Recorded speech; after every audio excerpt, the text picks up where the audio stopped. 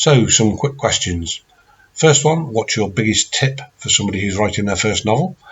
The answer is quite easy. It's finish your first draft. Whatever you do, don't stop and edit what you've written so far, or you'll end up down a rabbit hole, repeating and repeating and repeating. Even if it's not brilliant, just finish that first draft, because that's all it is. It's a draft.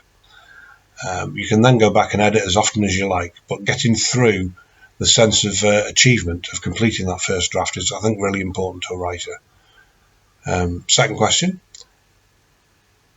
how do you get your ideas?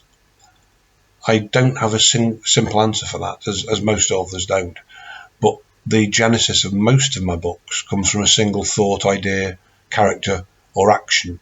So it was one text message in particular, which I remember from 30 years ago, which started me on the journey of Text Me.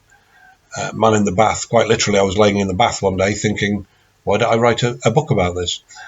With Hope is a 6-letter word, it was a scene on Hilbre Island, a location I'd visited, looking out at the far end of the island over the seas and seals. And I thought, I can just see a book beginning with this and working backwards through its story.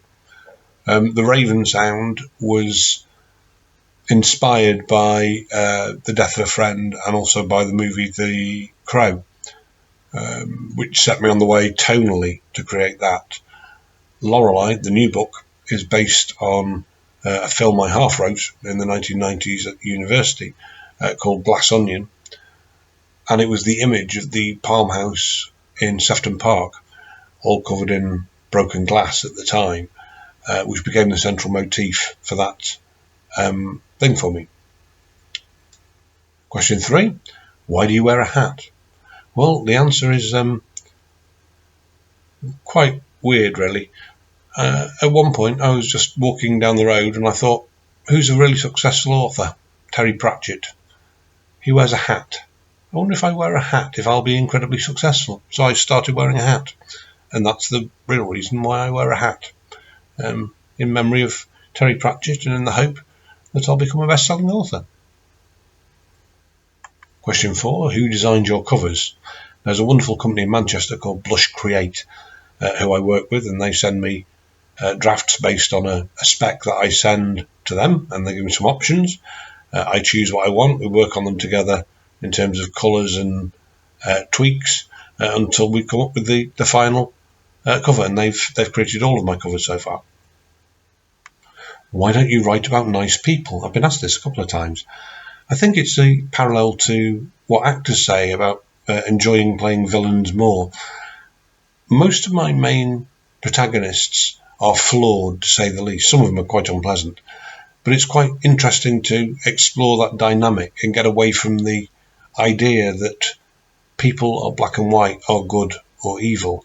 There are shades within each of them, and certainly within each of my characters, and insecurities as well. And I think it's far more interesting to write and to read about someone who is a bit more nuanced than it is in a wholly good or bad, for want of a better term, character. So that's, I think, why I like writing complex characters. Let's call them that instead, shall we? Who's my favourite author? It's an Italian author called Alessandro Barrico, who wrote the most beautiful book I've ever read called Silk. And there's several others of his that are, let's just say they're unique. Quite often short books, very beautifully written. It depends on the translation, of course. But he has the maddest ideas, and he's absolutely wonderful. I'd big him up as much as I possibly can. Poet, Dylan Thomas. That's a given. I think he's wonderful. His popular image is often misunderstood and misrepresented, but the words themselves on the page and when spoken are absolutely amazing. So Dylan Thomas, without a shadow of a doubt.